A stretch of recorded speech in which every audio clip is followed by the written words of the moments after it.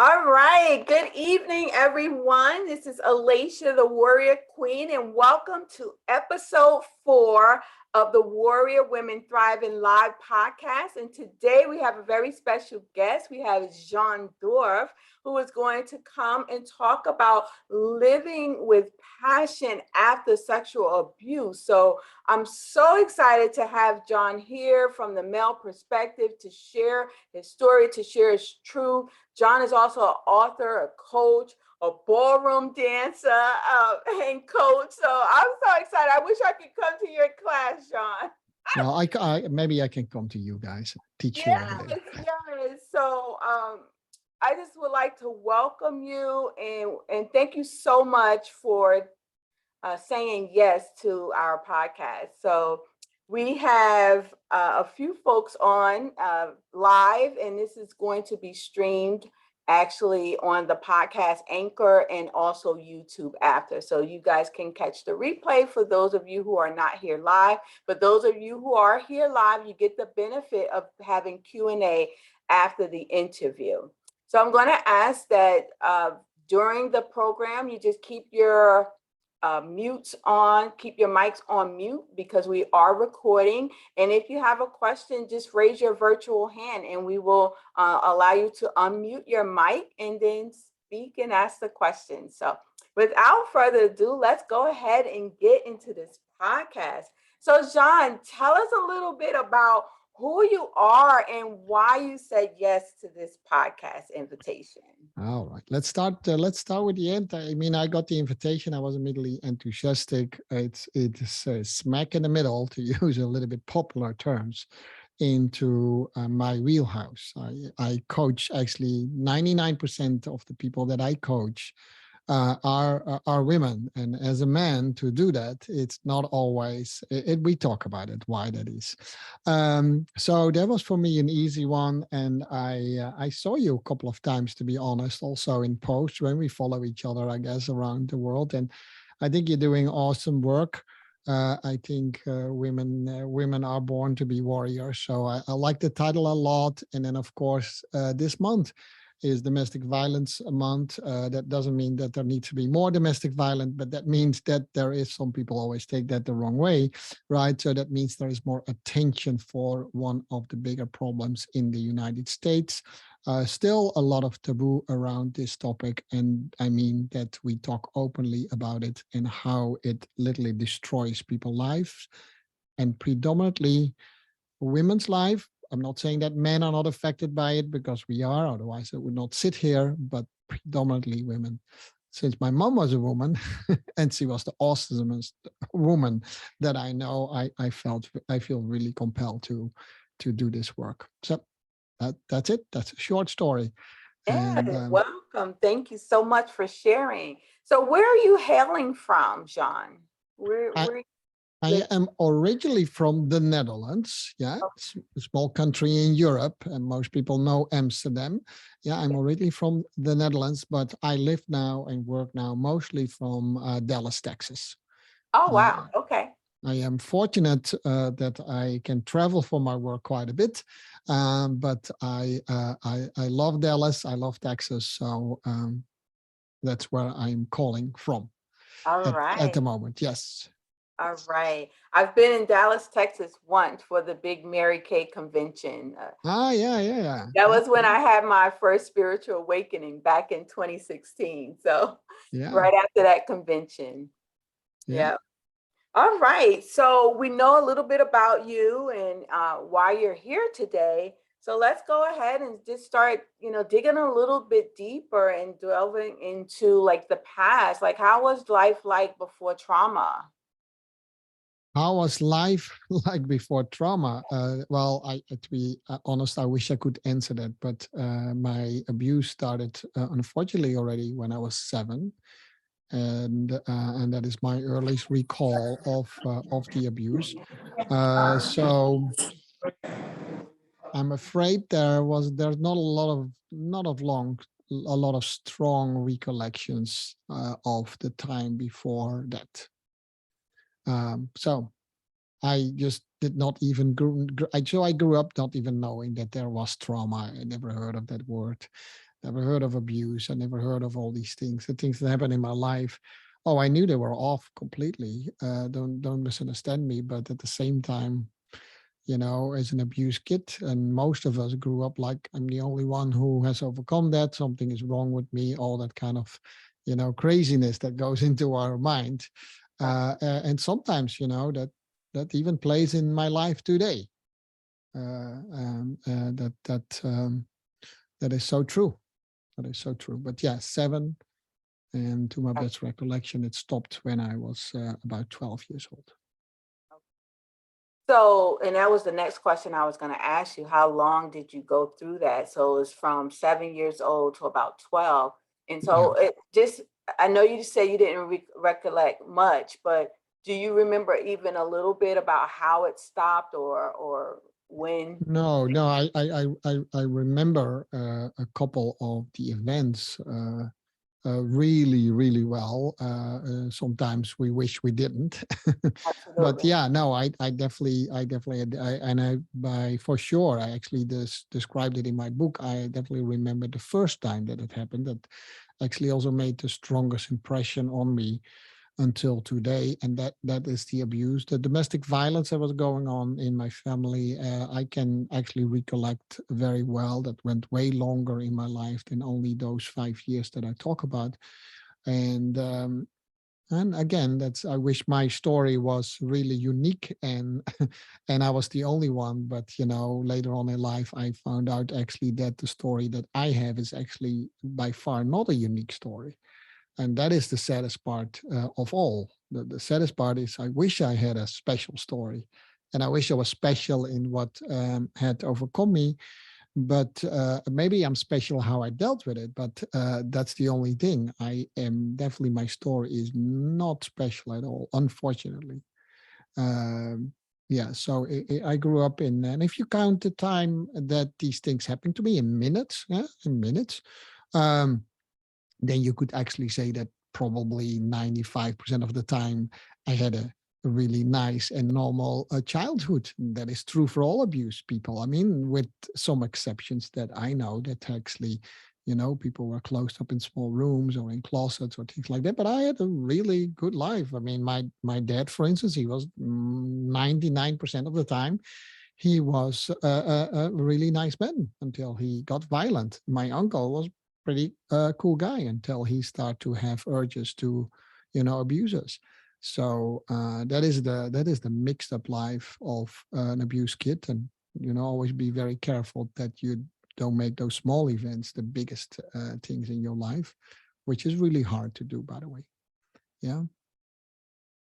Jean, you mentioned that, unfortunately, like you said, you're not special in the sense that there's so many children and kids, both girls and boys, that are abused as children, but then also as adults, sexual assault, domestic Yep. abuse, any of these type of violent relationships.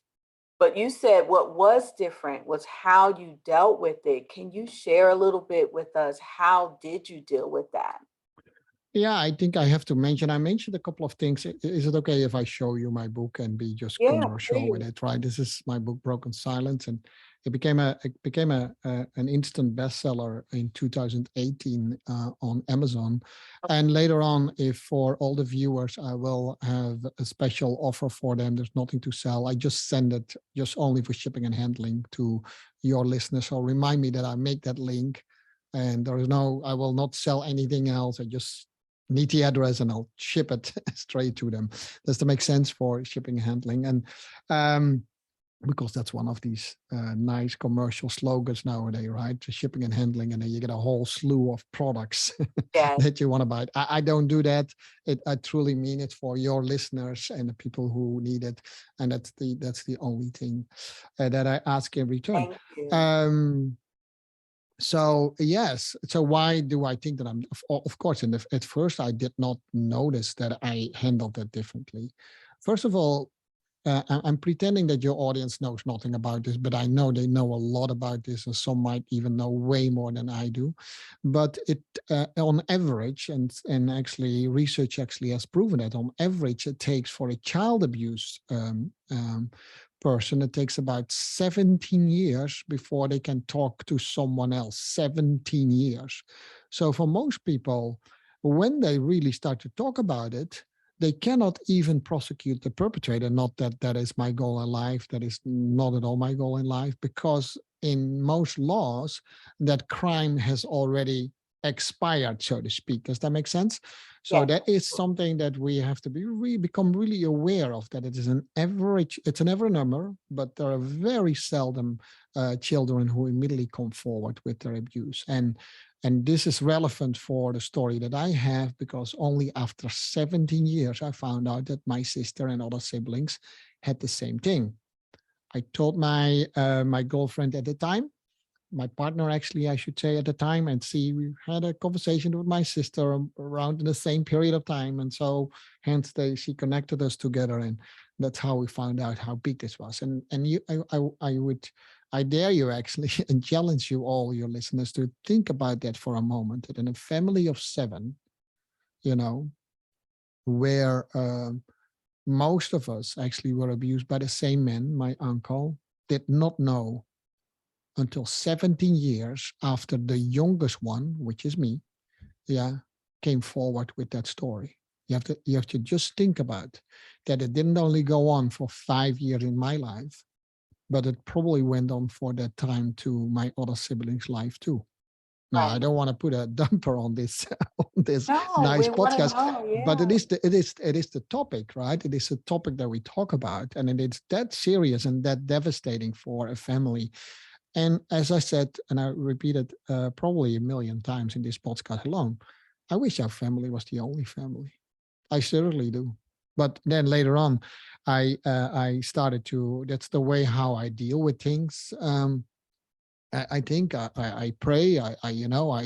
That's I had that connection, and not that I knew formal prayers or stuff like that. I grew up as a Catholic boy and later converted to a Christian man. But and that's to some extent relevant. Some people think that we are crazy if we say that, specifically in Europe. And some people even ask me, why do you still believe in God?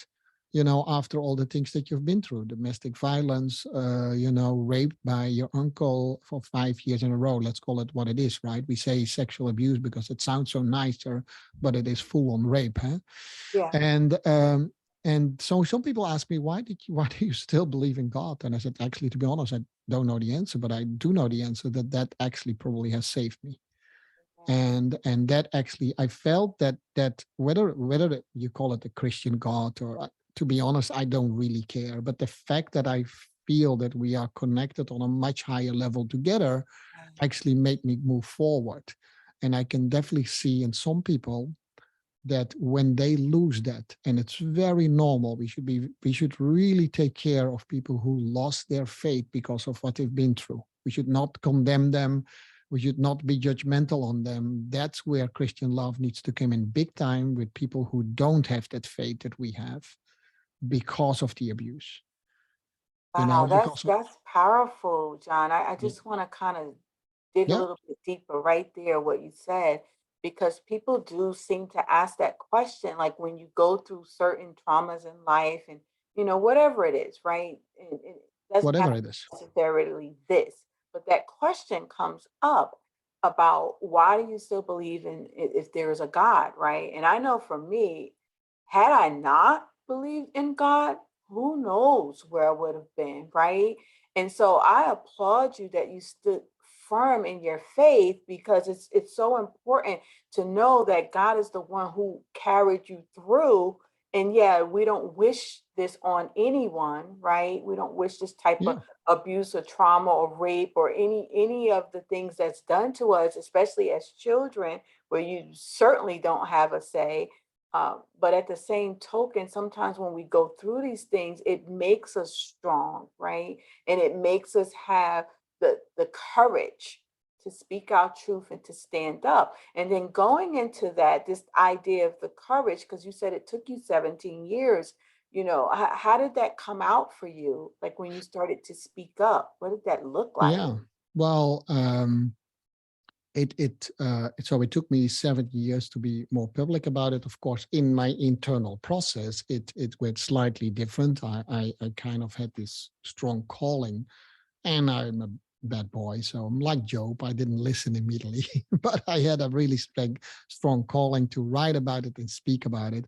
Because you know what it is, dear ladies, we often measure, and I don't want to make this a Christian talk at all. I'm also not the right person to do that. There are much better people doing that than I do. I should stick to the topic, but I want to say this, that some people think that I was so strong in my faith that that's why I stay strong, but I was not. The only thing that helped me together is that I might not believe in him, but I had an unshakable faith that he would always believe in me. Does that make sense? It Wow. doesn't, faith has nothing to do with how we believe in him. It has everything to do with how he believes in us, you Wow. know, because otherwise it becomes a measurement. And we can't specifically abuse kids. They cannot measure themselves anymore. Everything is lost. And that's also true for, I met dozens of women who were sexually abused. They don't value themselves anymore. They think something is wrong with them. And this is, guys, why I think God is so beautiful, because he would never measure us. That's a love without measurement. And so we always fall short in our belief to him. So don't even try. I gave up. There was this time that I curse him out, and I consult him, and I counsel him. I said, I think you should do this. I do all that stuff. Does that make sense? Yeah. But Helping God, right? I say that because I was so incredibly angry until I was probably about 17, 18 years old. I went through, and I was a very close kid, and I'm a very extroverted person, by the way. You will maybe you will notice that in this show too. But I was so close, so I was angry, but I kept it all inside. I was not someone who lashed out. I didn't do any drugs or anything like that. But I was angry all the time, Yeah. and the only thing I thought of, this is not a way to live. I want to live from a place of love, and I did not even know what it meant to live from a place of forgiveness. But I felt forgiveness more than that I knew about it, than that I intellectually knew about it. That Yeah. all came later. You know, Right. all this way that I can talk, that all came later. It was really something that was placed in me. That's what I truly believe. And I'm sure some people will now stop listening and they say, this is all this crazy faith talk, but that's just what it is, guys. I I think can so. make a difference. I And think people are on board yeah, with that. yeah. And to forgive. And don't think that there are times that I am not incredibly angry and I want to dig up my perpetrator and kill him again and then bury him again. But I truly found forgiveness, and because forgiveness, it's so true, right? It's cliche to say it, but forgiveness is first for yourself and for the people that you love, right? Because by me not forgiving the people who hurted me, I was also less capable of loving the people that deserved my love, Yes. right? And and you have to think about that from a spiritual point of view. I let to make your own discussions, but you have to think about who is at work when you are restricted in the way you can love. Who you think Yeah. it's at work, and that cannot be God. Does that Wow. make sense? So you have to lift up that restriction and throw off those shackles, no matter what you have been through. And I hope no one goes through what I've been through, and most of the women that probably are listening to this show. But I sincerely hope that's not. And I don't think that we go through this to find God. I don't think that God designed it that way. It happened to be that, and so we make the best of it, right? And it's a really good hero story, that because I went through this, I made from my pain my gain, and all that kind of stuff. But no, I mean, no. And in fact, whoever has kids, we don't want to go our kids to the pain that we went through, to that we went. I'm an immigrant boy, and a lot of people that I see here online are in a way too, and involuntarily immigrants, if you know what I mean. And so that means generations of pain and abuse. And, abuse is something that goes from generation to generation. And we need to stop that. Yeah. We really, Wow. that's what I think we need to do. Well, Jean, you said you had so many nuggets in that segment, and I just want to unpack a couple of things because you Mhm. talked about restricted love, right? Being able to open yourself to receive or give love is held up in the fact that perhaps we don't know how to forgive. And I would love for you to just share and give some nuggets on how can women go through that process, that forgiveness process, because that is a journey and is a process in and of itself. Yeah, no, I would love to. And if it sounds a little bit like a commercial for the work that I do, then forgive me, but it is something what I do, and therefore I believe in it, right? But I do think that we sometimes are held back by our own stories. So we do all have a story, and I'm talking now straight in the camera, right? We have our story, but we never are our story. Does that make sense? We do have a story, but we are not our story, right? Yes. And that's a huge difference once people start to see that. And then we also have to be deadly honest to ourselves that we sometimes, and I noticed that when I was young, because there was a lot of lack in the love that I could receive or even received. I don't even know the difference. Maybe there were a lot of people that gave me love, but I couldn't receive it. And then I noticed that when I started to share after 7 years my story of abuse, I thought, oh, actually, that is really nice. I get a lot of attention. And people were saying, you're strong, you're so brave. They would give me things. They would even give me money. They were really nice to me. And so hence, what happens from a psychological point of view? I start to embrace being a victim, not even knowing that I did it. But we have to go to that place and be honest to ourselves, because no matter what happens to us in the past, it doesn't have to define what we are becoming in the future. Now, that is a little bit harder for abused people. I have to say that, and I can prove that through some psychological research. But let's not do that. But let's understand one thing: there are not many things, by the way, that truly change our personality in life. And psychology has proven this over and over again. The story that I told about my immigrant's background does not have to define my character at all. There is no proof for that. I carry it with me, but it doesn't have to define my character. What does define a character sometimes is very deep trauma. And child abuse trauma or sexual assault, are those instances. So we need to take care of those people, but at the same time, you need to develop an attitude in your life to say what happened to me in the past, even if you make it an affirmation that you have to say over and over again.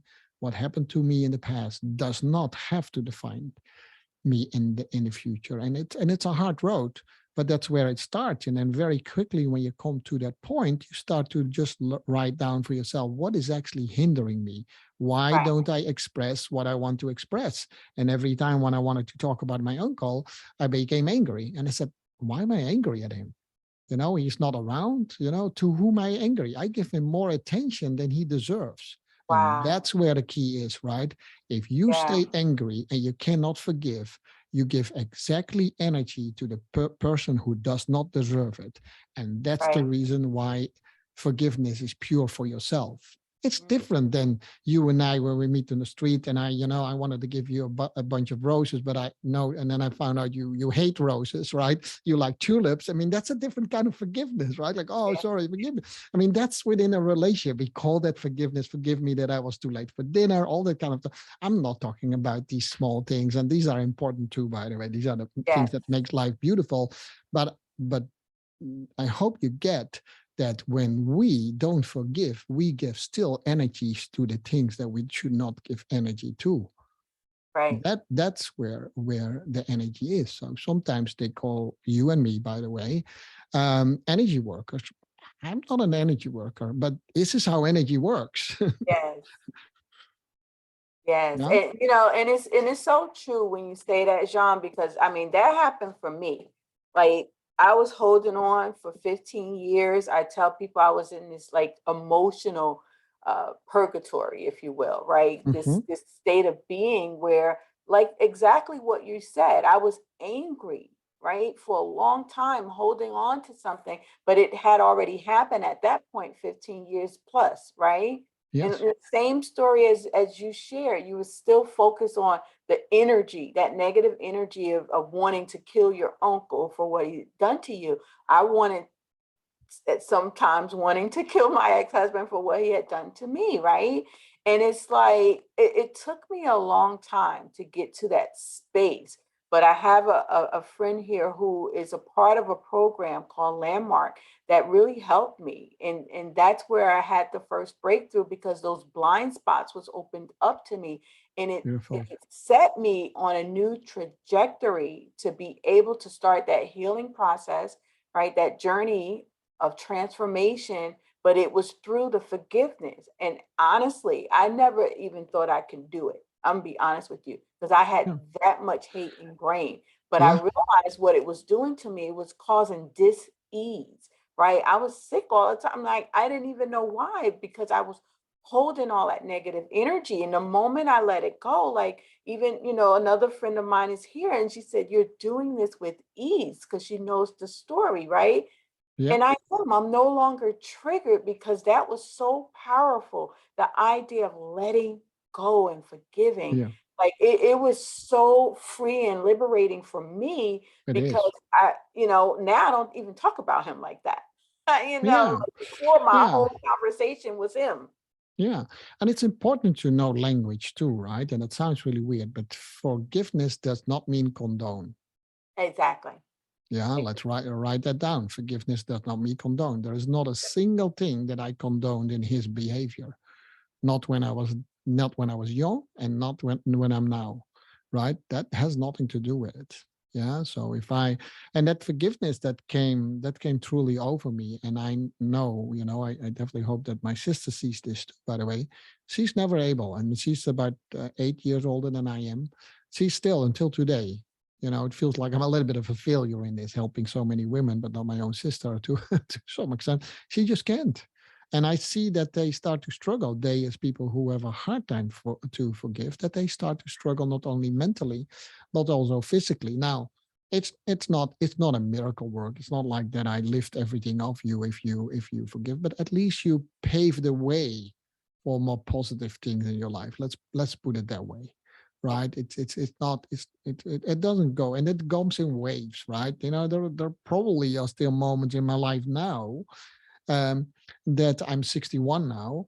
So there are probably things in my life now that I still get angry and triggered by him. It doesn't go away. It doesn't have to be. It's part of my past too. It defined me for to some extent what I do right now, but it doesn't hold me back anymore. It propels me, which I think, by the way, writing a bestseller, helping women now who are abused themselves, it's a big slap in the face of the people who abused me. Mm, he was not wow, the he was not the only abuser, but that's forgive me for my language, but that's the finger up to those people. that's right. Now, so No, does that that's make right. sense? Yeah, Yeah, let's look at from absolutely. that side. So revenge got a different meaning for me too. And I truly truly, there were truly moments. I'm a martial artist too.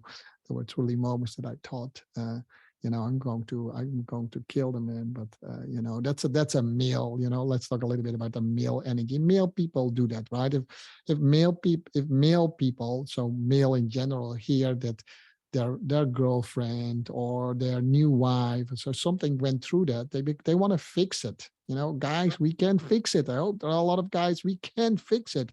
What we need to do is learn how to listen, and listen with empathy. We don't have to fix. It's not about you, by the way. and we definitely don't have to go out for revenge.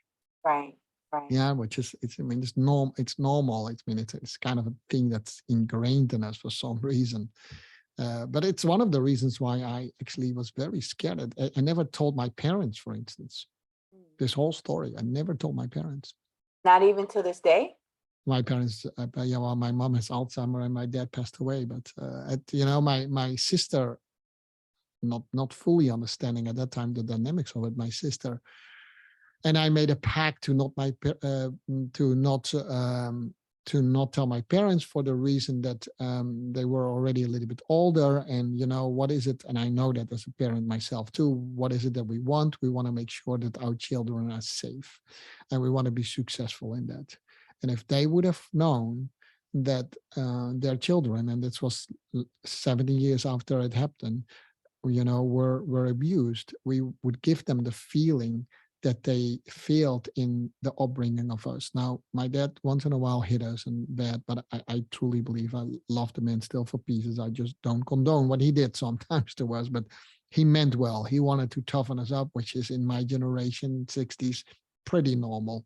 Actually, it's not good. Don't think that I think that is good. That is, the way he beat us up. But um, in general, I didn't want to give him the feeling, or my mom, that they failed in our upbringing, and for the right or the wrong reason. And if I could do that over again, I certainly would have. But my dad is he is a special force military. I almost know for certain that he would have gone out and killed my uncle. Wow. Yeah, there was no doubt in my mind actually that he would have done that. And we couldn't. And we said, we can deal with it. But the strange thing is, otherwise I would not bring it up right now, right? After all these years. Yeah. The thing is, it is for a child always so important to keep that open communication with parents. And therefore, if there's a parent abuse, that's one of the hardest thing. It is actually the people that should protect you. You need protection from. I hope you guys write these things down, these quotes, right? Because my uncle is someone who's a generation above me. He should have protected me, but I needed protection from my uncle. That's Right. crazy. That's just the Right. world upside down. Right. And it's I want to go a little deeper right there when you said the people who you are expecting to protect you are the ones doing harm. How Yes. how would you recommend, someone who's in a situation like that or who has been, right, and can't heal, like your sister, how do you recommend that they, process that? Yeah, so there is, of course, every story is unique, and there is also not one solution to this. And I Sure. do believe that there are therapists out there that believe that there is one solution. The whole scientific is always looking, is there one? No, that the most important thing is that we see the person that is sitting in front of us, fully see and be with that person. And in the healing process of abused children, of abused women, abused men too, by the way, that is sometimes all that it takes to truly see them. See them with your love, show them empathy. You don't have to hug them, you don't have to cry with them, but you can let them know that, hey, I see you. Right? It sounds from a movie, but I didn't mean that funny, but I mean that in all seriousness, right? All abused people, all abused people, the number one they probably start to complain about is trust issues. Mm. They Yes. don't, if you have been, and I hope I don't trigger anyone, but if you are a college woman, when one out of three college girls actually will be assaulted and or raped, one out of three, most of the girls that I talk to, they all start to feel that they don't have a good judgment of choices that they make, which is a deep-rooted trust issue now. Right. So they don't think that they have the qualities anymore to recognize what's right and wrong. So that's a trust issue. My uncle was someone who should protected me, and I could not trust him. So that's a deep trust issue. In domestic violence, if it's with your husband, it is someone that you actually promised and pledged to give your love to, but he mistreated that trust. It's a trust issue, right? I don't think I have to mention more examples. So how do I deal with them?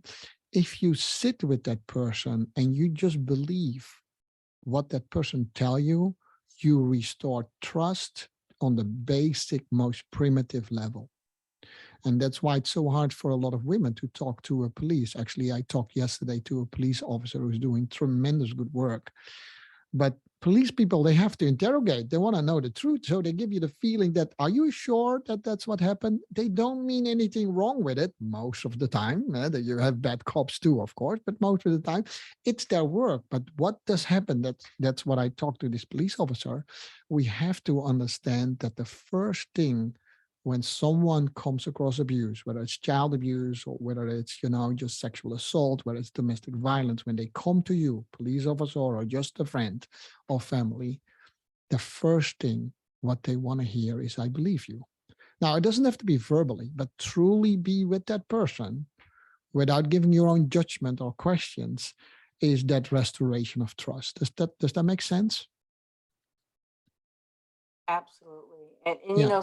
so many people victim shame, right? They blame the victim Yeah. about, especially sexual assault, Yeah. it's fortunate.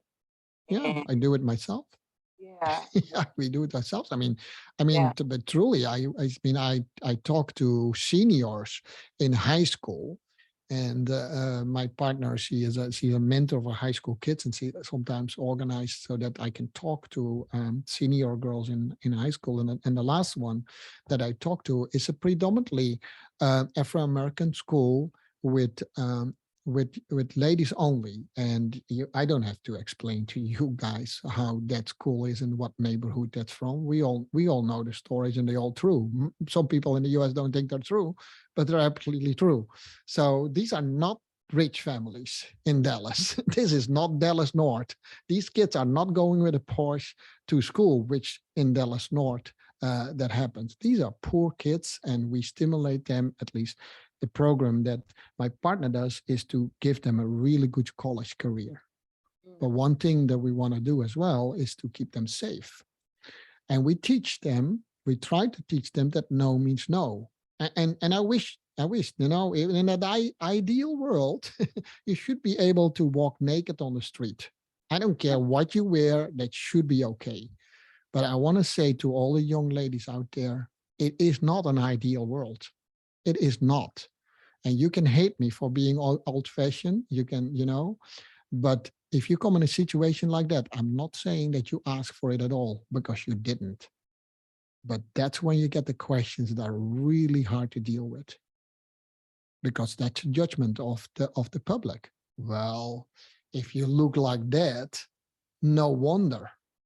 It's horrible that it happens. That's why I try to talk to men in church, but we cannot be blind for reality either. Does that make sense? Right? It does. And so that is so. In the end of the day, there's a huge lack of education in what is intimacy, what is sex, what does it mean to be man and woman. It's specifically in those neighborhoods. That's why child pregnancy is sky high. There's a huge confusion about what friendship is and intimacy and sex. And if we don't start to address those topics, and I'm really vocal about them, as you can hear, I don't shy from anything, whether I'm in church or not.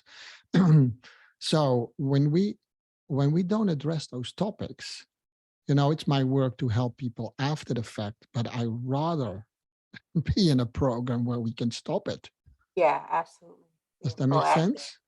Yeah, Yes. And so I love what you're doing with the young women, especially. And but I just can't help but think the young men needs to be in this conversation as well, absolutely. because like you said, you cannot condone their actions because they are wrong. For Yeah, absolutely. regardless of what the young woman has on or not, the young man needs to understand, right, that Yeah, you don't get to have what you want just for the taking. It doesn't work like that. yeah. And so how do we engage the young men in these courageous conversations? Because that's what they are. Yeah, now first of all, and I'm not a typical man. I grew up among dancers, and we are, we express ourselves the way we want to express ourselves, right? I mean, to look at me, I have a flowers background. Come on. So I cannot talk to all these things, but yeah, we definitely need to have a different upbringing. I don't mind strong men at all. I mean, I love it in church when there are strong men, but strong men does not mean and that you can look down on a woman. And we have to teach from the sense of a mother point of view. The respect that most men have for their mother, if that same respect would go to all the women, the problems will be completely solved. But for some reason, and it sounds a little bit old fashioned now to have that respect for your mom, you know, but that's where we need to go back to. And I was invited to in church to talk about this topic and talk about pornography and stuff like that. And then you hear, if men among men, strangely enough, they are much nicer. They are just, they can solve things the way other can solve. But the church that I go to, um they believe that the numbers out there are the same as they are in church. We are not better people in here. That's what our lead pastor always says. Don't even think for a moment that we are better just because you go to church and you're a Christian. You know, Yeah. if pornography is big outside, I bet it's big here. And so they asked me once to talk about this. And there was one man, and he raised his hand out of a group of 40, 50 people, ladies. And he raised his hand. He's my hero. Let's call him Bob for now, right? And Bob said to me, "Jean, I watch porn every day." And I was like, "What?" And a lot of men at first they wanted to look at him like, but most of them knew, well, at least I watched it once, or maybe I do it once a week, and more people started to raise their hands. And it was in the beginning it was a little bit awkward, but then they started to understand that actually it starts there. And then I come to my point. It's sometimes I'm a little bit verbose, so it takes sometimes a while, but it comes to the word objectification. Mm. If we see our fellow woman and we as men as an object, and the media still propagates that, it won't stop. Yeah. Does that make sense? Yeah. And it's wrong. And don't think that, if you read my book, and I hope you do, you can see that I have been there in the worst possible way. Um, and Wow. so this is not something that I say lightly, and it's definitely not something to make me stand out like, oh, this good guy. No, I had my bad moments, but it starts there. I start to see that a lot of men, they do that. And but I wrote in my book, what if it's your daughter that you make all these jokes about? Mm. Yeah, that's just not okay. And definitely when my daughter was a beautiful 20-year-old college student. And I'm every day afraid when she goes to when she goes to college. But does Yeah. that make sense? The key word here for men is objectification. And I know, listen, we can go so deep into that. We don't have time today. We will have to probably have you come back for another session to really go deep in that because, I look at the young women in the music videos and how they're portrayed in these different either the videos or even these movies or whatever have you. So I know we can go down a rabbit hole with that topic. So I'm going to Definitely. hold that for now. Do that. Do that. Definitely Yeah. gonna hold that. So let's move in the interest of time. Let's move into like present day, right? So you talked about the becoming, and I talk about that a lot in my program that you definitely need to become someone else because the past does not dictate who you actually are. So it's all about identity. So tell us who did you have to become to be who you are today? Like what was that process of becoming for you? Well, becoming is a process, and you said it, and so I'm preaching a little bit probably here to the choir, but you have to, if you just go to truly to our true self, we all had this at the time maybe childish dreams, but I don't think none of the child had a dream, let's become a killer, let's become a raper of women, let's become a child molester, or let's become a wife beater. I don't think any of the boys or girls ever had that thing. So somewhere deep there is something, right?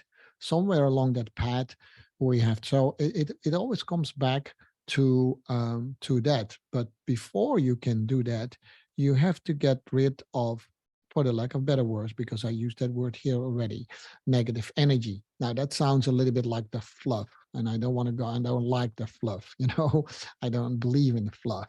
So we need to be able to truly express our emotions. And this is why it's a problem with men. Now, if you mention all the emotions and you put them in a circle, then we say the upper emotions like joy and happiness is just the upper half. Men Yeah. typically don't like to express the lower half of the emotions, which means grief, sadness, weakness, all that kind of things. We haven't learned how to express that.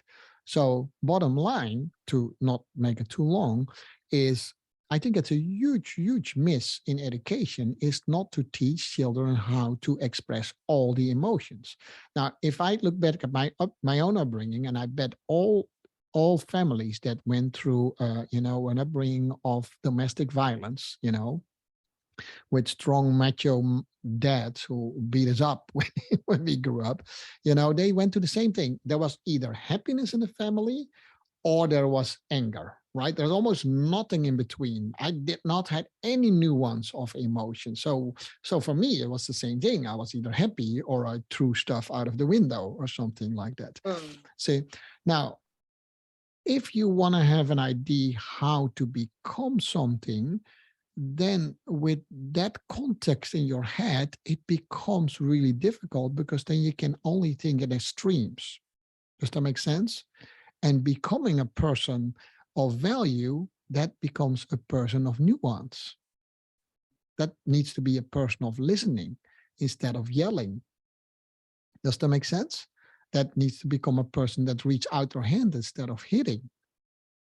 And that needs to become a person of waiting instead of always trying to be ahead of the rest. Wow. And to have that type of emotions and feeling in you, it is for some reason a calling, but it's definitely something you can teach. It's definitely something can you teach, and we need to allow creativity in the child's mind, and also in the adult's mind. In my Yeah. workshops, what I do, you probably do the same thing. I work mostly, they don't know it, but I'm not saying it, but I work on your imagination and creativity. But my Yeah. first question is always, is everything is possible and you would not have been abused, they would have all the money in the world, Yeah. what would you be? And then Yeah. suddenly those eyes go open, like, oh my gosh, if that was possible, you know, I I see you the awake and magic wand or the yeah, mirror or a effect. magic wand, or my colleague is doing always the time machine. Yeah, But time machine. Yes, yeah, I've but done what that. what we do in that instance, for some very traumatic people, that's really hard to do, by the way. That's why I told you about personality change, right? But what we Yeah, actually do, we if give them a hope of a new story. And that's why I exactly. call what I do the empowering story. We need to develop a new story, not to forget the old story. But first of all, you know, people think that they know everything correct, but we don't. Yeah, Actually, if you and I remember this podcast after an hour of this, we all remember different things. that's I true. can I can truly prove to you that we actually have a really crappy memory. Yeah, we really do. So use that to your advantage. Yeah, Yeah, use that to your advantage. Man, not everything that I remember is correct. The big yeah, things are, and I don't have to forget them at all. And lets me build someone new. So I always say, the current Jean is not able to write a book, but the future Jean is. yes. I Yeah, love that. the current Jean is not able to love women the way I should love them, but the future Jean will be. I love Yeah, that. does that make sense? So, and if you do that, you don't have to be worried. Am I good enough? Am I worthy enough? All that stuff. No, because you're not at this moment, and you're not good enough now either, right? And but you will be. Yeah, yeah, You will be. I get you there, step by step. You yeah. know. And then lastly, but not least, well, there's more to say to it, but I want to say that specifically because we talk about abused people, we always think we have to do it alone. Don't do it alone. Yeah, I mean, there are look at only this little group that we have. It's just beautiful people. Reach out, ask for help, be vulnerable, yeah, right? And that's a crazy, scary step. I do understand, but that's what you need to take. And those are the two things that I think you need to do is imagine that you cannot do it now, but but the yeah, one you will be can do it then. So yeah, imagine that you already it.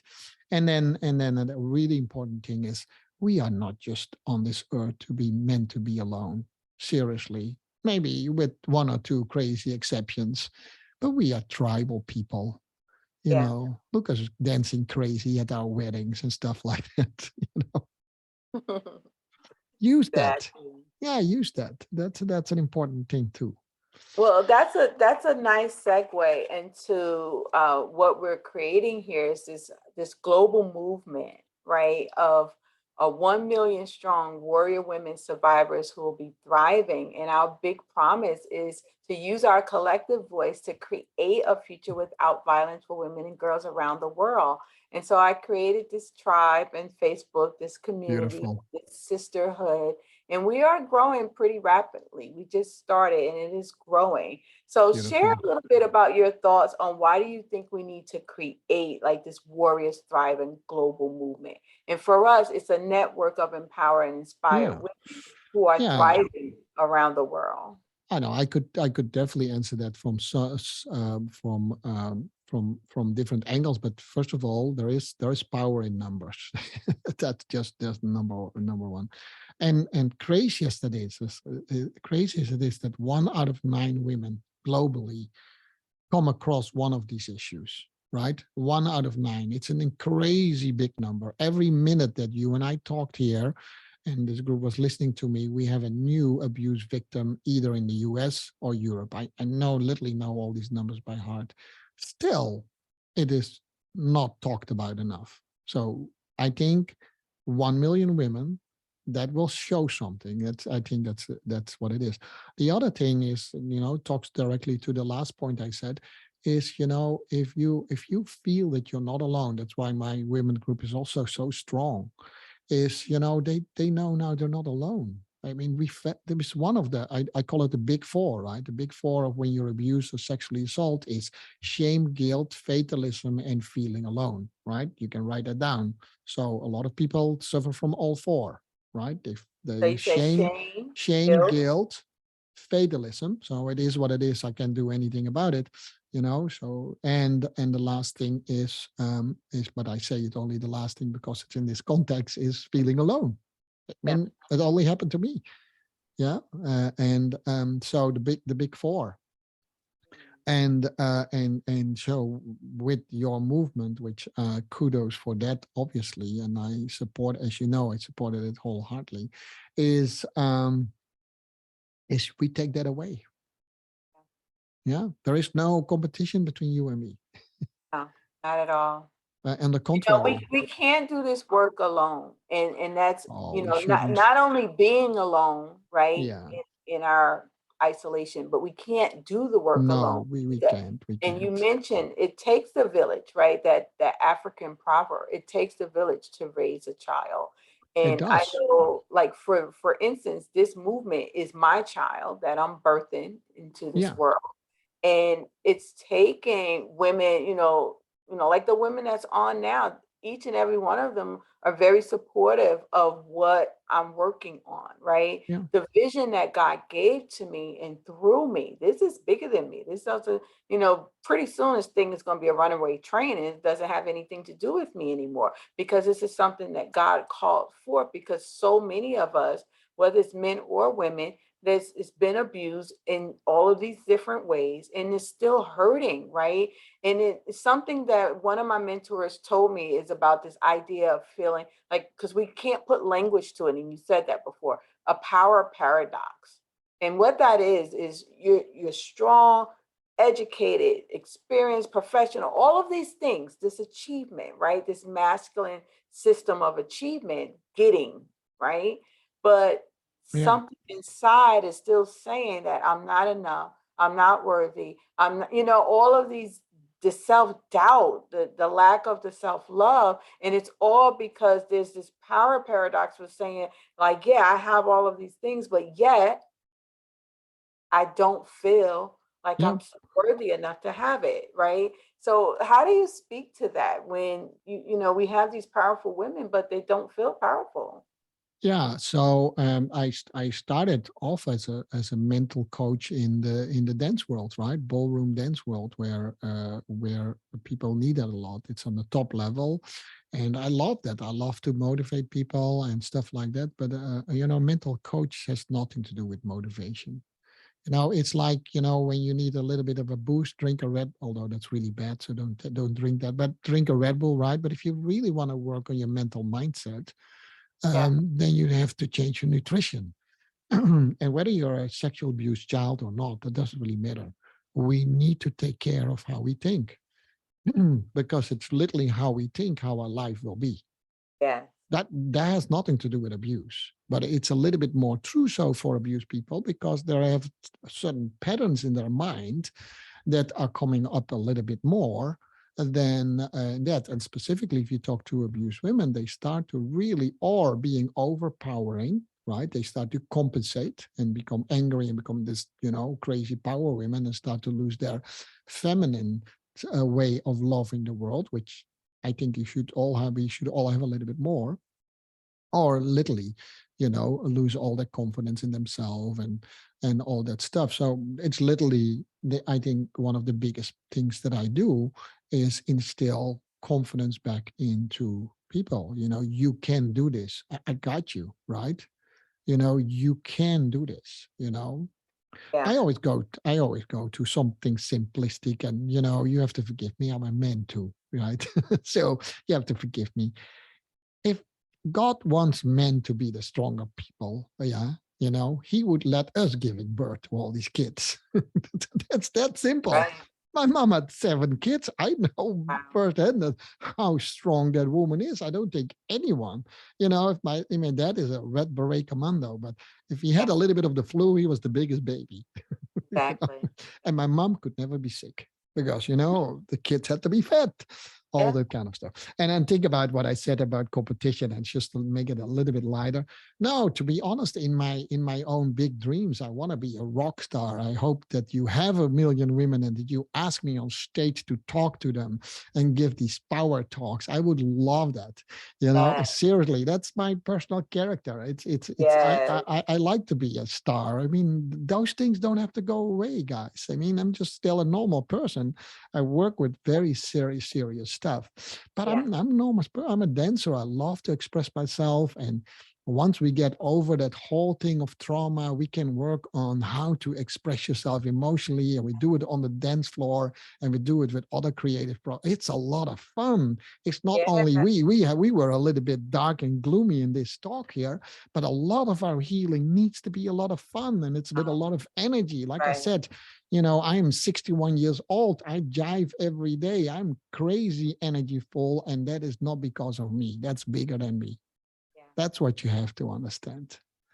And Wow. and and that has no one says there's a cap to our energy. No one, Mhm. right?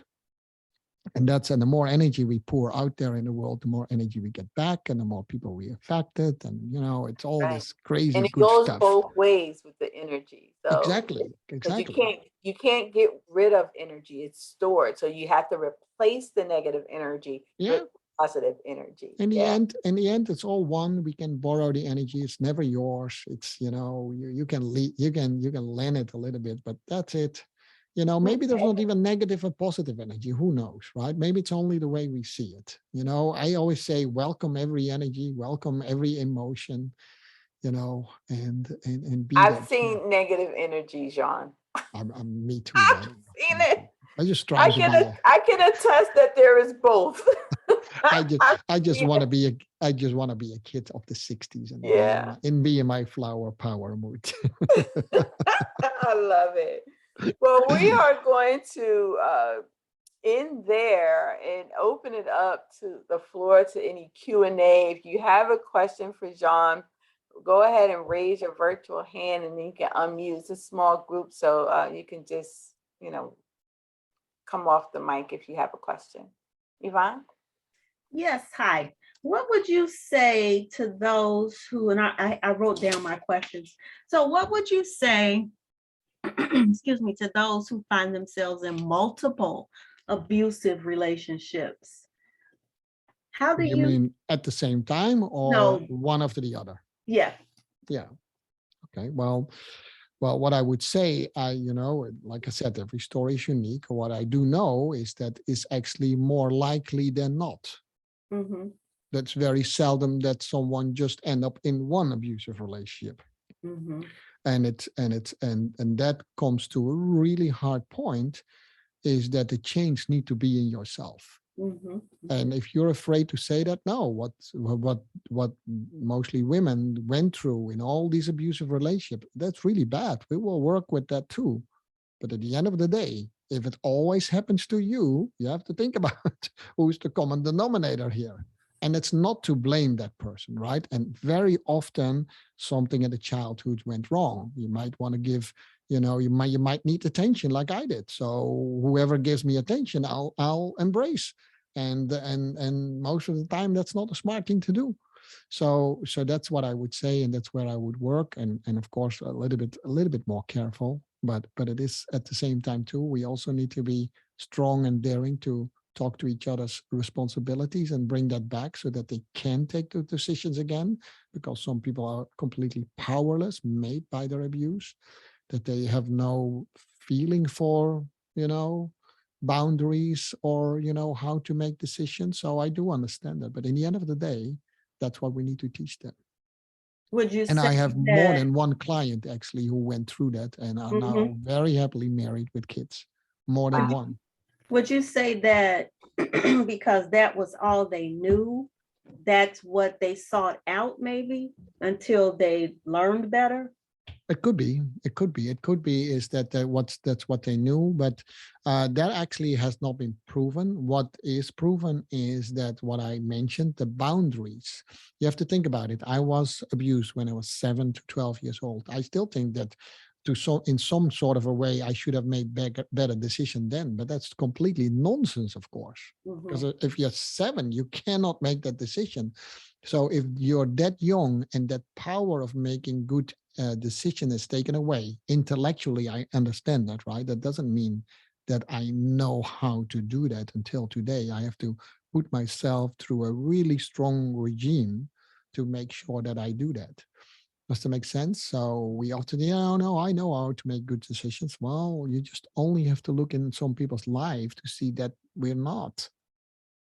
And once you see that, that's when healing started to be, right? We started today talking about you have to really understand and accept where you are today to go where you want to go tomorrow. And if you don't do the first, tomorrow could be in all kind of directions. You have no clue. I Mhm. want to I want to add something to that too, Yvonne, Mhm. because when I think about just my own particular situation, when I told you all, it took me 15 years to realize that I was having those same patterns, the same habits, and attracting the quote unquote same guy because it's the same characteristics. And what I realized, like what Jean was saying, is it was something that was within me that needed to be changed. And Yep. only until I went to the one program and opened up those blind spots where I realized that aha moment came, was like, I need to start developing myself. I need to create these boundaries, these standards, expectations. I need to speak up for myself, advocate for myself, and stop allowing, people to treat me a certain way, right? But the person that you believe that you are, that energy that you're giving off, and this is as an adult, because as children, we like John said, you can't really make those decisions. But as an adult, you attract who you are. And so you get Absolutely. more of it. So whoever your being is, that energy that you're giving off, you're attracting that same energy back to you. That's the law of attraction. And that's why you have to develop yourself. You have to reframe your mind, refocus, and recondition your mind to not focus on all of that negative energy that you might have been focusing on. And then the forgiveness is the piece in terms of letting go, so you can open yourself up to receptivity of what that new person who you're becoming, right? That future you that we talked about earlier. So I think for me, it happened that very way. 15 years was broken in an instant when I had the blind spot removed. And all of a sudden I realized it was me that I need to work on. I need to stop passing the blame, stop, scapegoating and say, this person did that, excuse me, did these things to me. No, I have the power and control to stop it. Yep. So Yeah. hopefully that helps. Yeah. Beautifully said. Any other questions? You have a question, Shivani? No, I have to leave now. but great talk, and it was very useful. Thank you so much Well, for thank showing you. up. I Thank you appreciate your for support. being here with us. My future doctor over there. Yeah. Go out there, be beautiful and strong. Any Okay. other questions from the floor?